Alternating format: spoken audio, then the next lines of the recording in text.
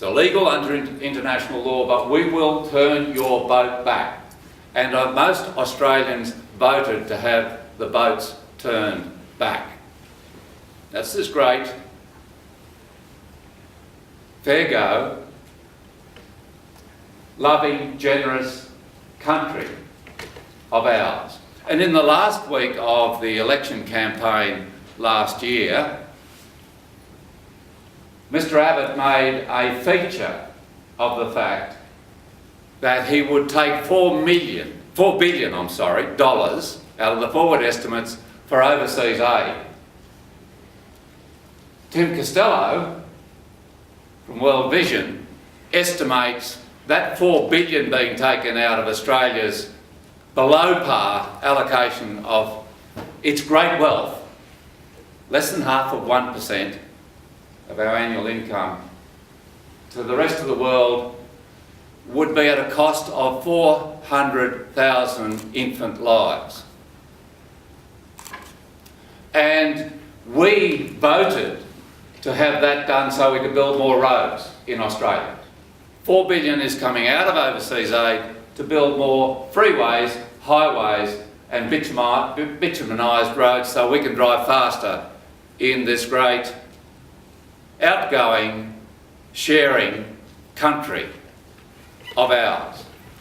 J.K. Galbraith, the great economist of last century in the US, said, amongst other things, read him if you want, a great humanist and liberal, that parliaments almost exactly reflect the people who vote for them.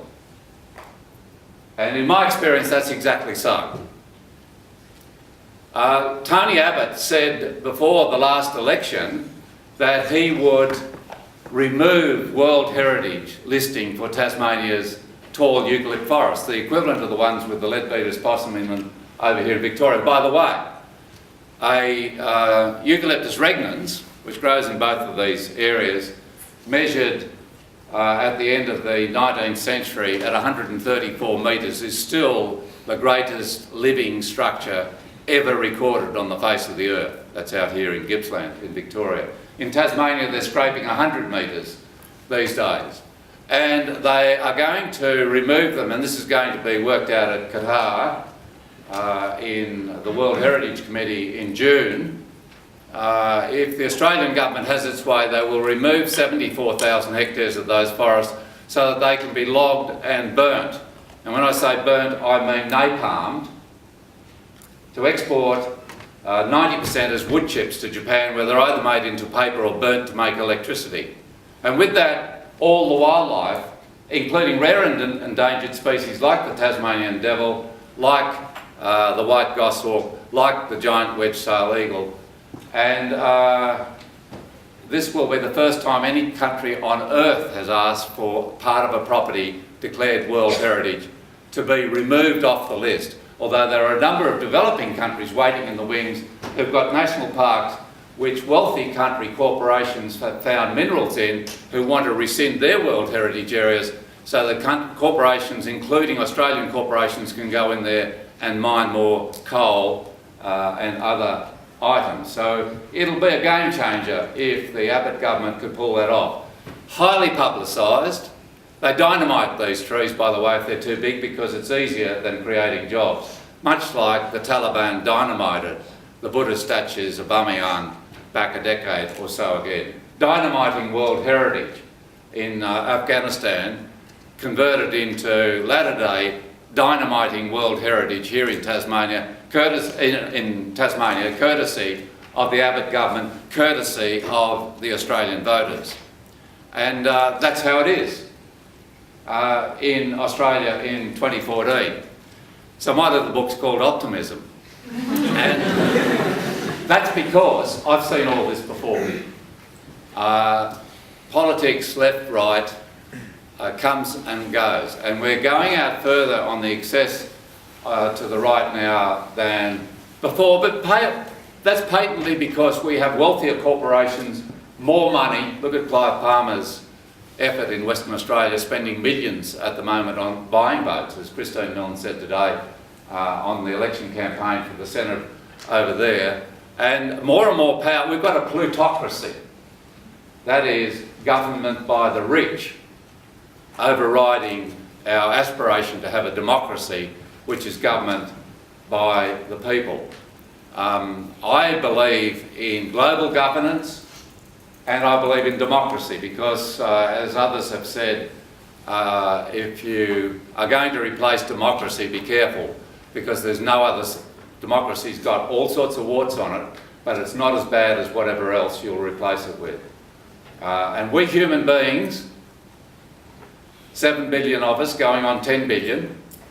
When I came onto the planet there was 2.5 billion, now there's 7 billion, and it's headed for 10 billion in your lifetimes, have got to organise ourselves to recognise we have a commons of this one little planet that, so far as we know, is the only nidus of life in the whole universe of hundreds of billions of planets. Now, you might live to see that altered. They're looking at 6 planets out there that may have life fostering conditions at the moment. We don't know about that. We know we're here, we've taken on control, we're responsible, but what we don't know is that the biosphere, we ought to know, but the biosphere can do without us, but we cannot do without it.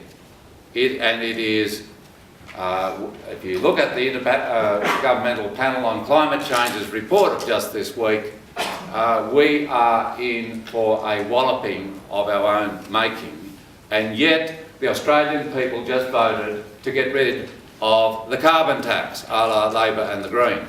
And let me just comment on that before I give you 2 quick films and go to questions. We voted last year, no carbon tax, no carbon tax, no carbon tax. Oh yeah, well, okay. We voted to have, where the money's taken off us, the taxpayers, billions, and given to the polluters, to say, would you please try and turn down the pollution coming out of your chimneys. The Australian nation voted for no carbon tax on the polluters, so we could pay for it ourselves. Money off universities, out of education, out of health.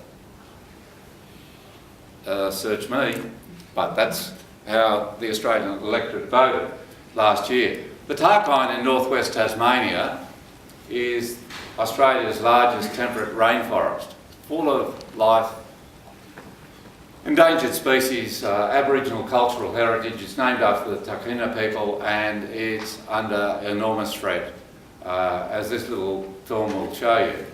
I'm a patron now of the Tarkine, Save the Tarkine group, and I want you just to have a look, because there's lots of places in Australia threatened like this, but it's just one of those places that's close to my heart, because I went down there looking for Tasmanian tigers in 1973, and I've never forgotten the Calodendrus cathedral-like rainforest there.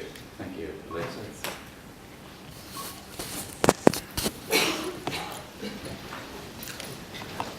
Number 1 on its list of the top 10 remote places on the planet.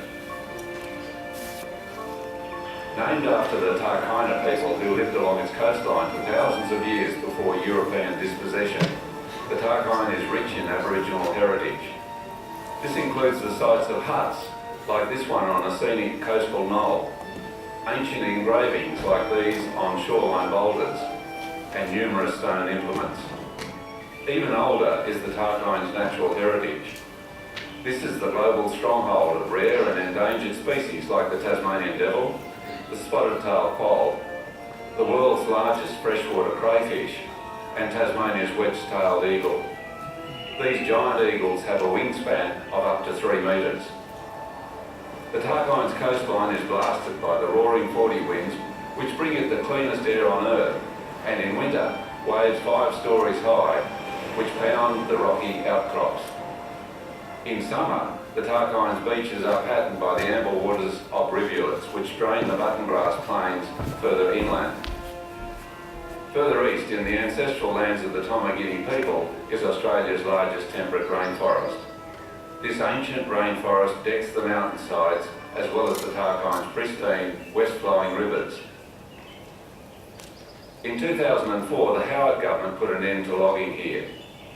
Then, in 2013, the Australian Heritage Council advised the Gillard government to protect the whole of the Tarkine by placing it on the list of Australia's national heritage. But Environment Minister Tony Burke rejected this advice and opened 96% of the Tarkine, including most of its rainforest, to mining exploration. Burke then gave his go-ahead for a first open cut mine in the Tarkine's so-called protected area. The mining company plans to gouge a hole more than 1 kilometre across and 250 metres deep. There are 55 other applications for mineral exploration, including in the rainforest heartland. The Tarkine should be protected for its obvious World Heritage values. One powerful thing stands between that World Heritage listing and the mining trash bag for the Tarkine, and that is public opinion. You can help. Write to your federal MP, donate to the Save the Tarkine campaign, or better still, visit the Tarkine yourself. Go for a walk, photograph a waterfall, enjoy a cruise, or simply relax in the Tarkine Wilderness Lodge before taking a morning stroll in the rainforest. Because to go to the Tarkine is to want to save it. And together, we can. Well, that's very true. I know from the Franklin experience, where in 1982, both houses of the Tasmanian Parliament supported